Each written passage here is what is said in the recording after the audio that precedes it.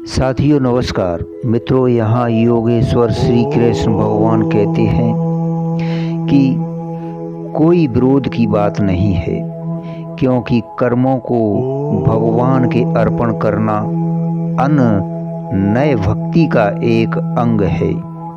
साथियों 55वें श्लोक में अनन्य भक्ति का वर्णन करते हुए भगवान ने स्वयं मत कर्म कृत मेरे लिए कर्म करने वाला पद का प्रयोग किया है और 54वें श्लोक में यह स्पष्ट घोषणा की है कि अनन्य भक्ति के द्वारा मेरे इस स्वरूप को देखना, जानना और प्राप्त करना संभव है।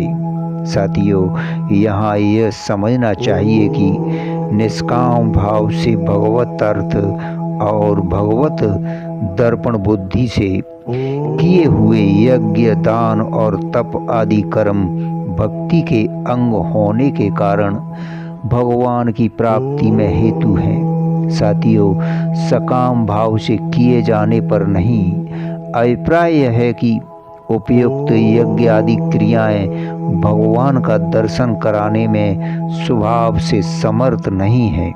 साथियों, भगवान के दर्शन तो प्रेम पूर्वक भगवान के शरण होकर निष्काम भाव से कर्म करने पर भगवत कृपा से ही होते हैं। धन्यवाद, शुक्रिया आज की शुभ यात्रा में।